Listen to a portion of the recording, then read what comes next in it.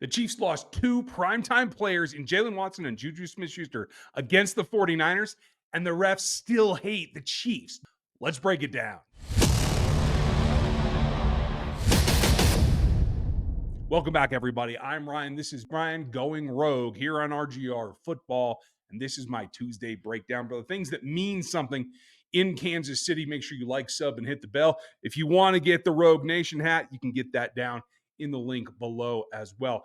Get signed up and check out NFL 33, where I'm breaking down a couple of other things around the NFL that are important as well. You'll see that on Wednesday. Want to get right to the chase here. Chiefs had a rough outing. It's been an injury-filled season, much like the prognosticators warned us about in this three-peat run. The Chiefs have actually had a couple of things go really, really wrong, and they just happened again this week with Juju Smith-Schuster going down with the hamstring injury, one that was kind of preordained, you want to say, because he had the injury in practice, and they let him roll anyway. I can see taking a chance on it. In the end, it didn't work out, and it cost you the services of Juju Smith-Schuster this week, as well as probably next week. We'll find out more about that when we get the prognosis. That's a tough one, especially with how decimated the wide receiver core is. They have to have guys step up, and they have to have guys brought up. I do think it's time to elevate some practice squatters, given that Adams is gone, Cooper is gone, and now even what people thought was a shoo-in with MVS coming back to Kansas City is now gone, as he has signed with the New Orleans Saints. The bigger issue for me is actually the cornerback spot where Jaylen Watson goes down. And this is going to be trouble. He's going to be out a while. Rumors, as I record this, of a actual ankle fracture. Don't know what bone that is or what it's going to constitute, but that's a significant injury, one that could take from a few weeks to the rest of the regular season, to the rest of the entire season. We will have to find out how that goes. But it leaves you with a couple of takeaways. A, Jaylen Watson is the number 2 corner on this roster. He had ascended to that level. We kind of were waiting during training camp and early parts of the season for someone to step up and take that job. The job that was Trent McDuffie's when he was the Robin to L'Jarius Sneed's Batman. Well, now McDuffie is the Batman, and he needed a Robin. Jaylen Watson was taking that. That's going to leave a little bit of a gap. You saw Najee Johnson struggle at times in this ball game. You saw Joshua Williams struggle at times in this ball game.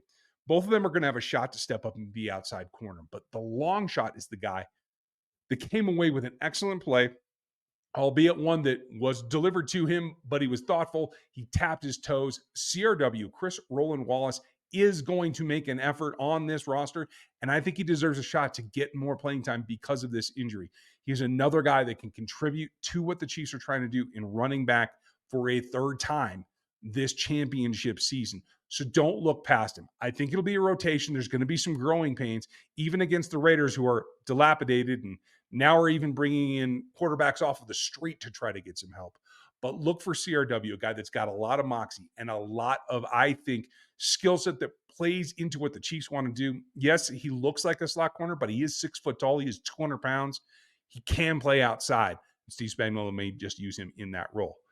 Now, the biggest thing, and the thing that I always get that drives me nuts, and I want to thwart it here, people think that the Chiefs get all the calls, and that is just not the case. So if you are one of those fans that's watching this to hear what I'm saying about the refs, you're all crazy. The refs don't like the Chiefs either, because they let one miraculous play that turned into an interception for Kansas City against the Niners happen because of a penalty they didn't bother to call twice. Let's take a look at it. Head over to BetUS.com and use the promo code YouTube150 to get a nice 150% deposit bonus on up to $2,000, up to 3 times. You can get into all the action season long. The Super Bowl, the Chiefs are still in the mix for it, up at 500. NFL props. Do you want the division playoffs? Do you want to bet on what the Chiefs come out at minus 16? The conferences. This is where it starts to get interesting. You can do it all at plus 240 for the Kansas City Chiefs. Even get into some of your favorite props. Does Patrick Mahomes get the MVP? Where does it come down to? And who wins Coach of the Year? It's all there. And you can get it all now with YouTube 150 for a nice 150% deposit bonus on up to $2,000. Up to 3 times. Check it out at BetUS. This is where it proves the refs hate the Chiefs just as much as they hate everybody else. Missed a blatant double call on Xavier Worthy lined up here in the near slot against Lenore. And this is inexcusable at this point. What you're going to see here is as he comes off, and again, the ball is here on the 31-yard line. That's something to keep in mind, because as he comes off the ball, he gets contacted. Fine. Press, that's fine. He beats the press, and actually Xavier Worthy gets off of that block, turns his body, and has him beat. The guy has to hold him in order to impede his progress, and he does that with two hands, just grabs on.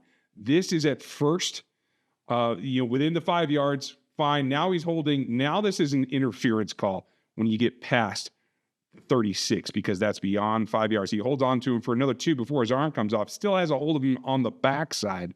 This should have been caught by the refs. And here's the best part. It doesn't end there. He still gets to the point where coming downfield, his head is watching Xavier. And as they get tangled up, he actually trips him right here. And that extension on the right foot here, they get caught up and he goes down stumbling. You see, he still doesn't have his head turned. He's still watching Xavier. Now he starts to turn his head and ends up making that interception because he's right where Xavier was supposed to be. And this is a double foul. You could call this incidental if this happened in isolation and the first part of the play hadn't. But this is 2 fouls on one play. One of them should have been called. This proves that the refs don't like the Chiefs any more than they like anybody else. And the other angle shows it even more.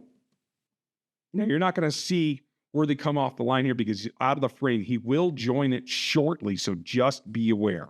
As we roll through, right in here will be the section where Xavier Worthy comes through on the far left.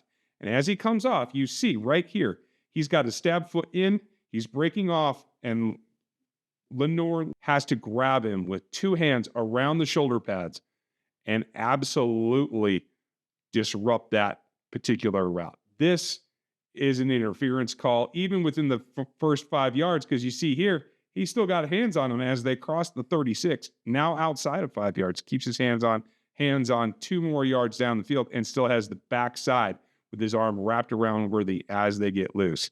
This should have been called all day and proves the Chiefs don't get calls that nobody else gets. The refs are the same across the board.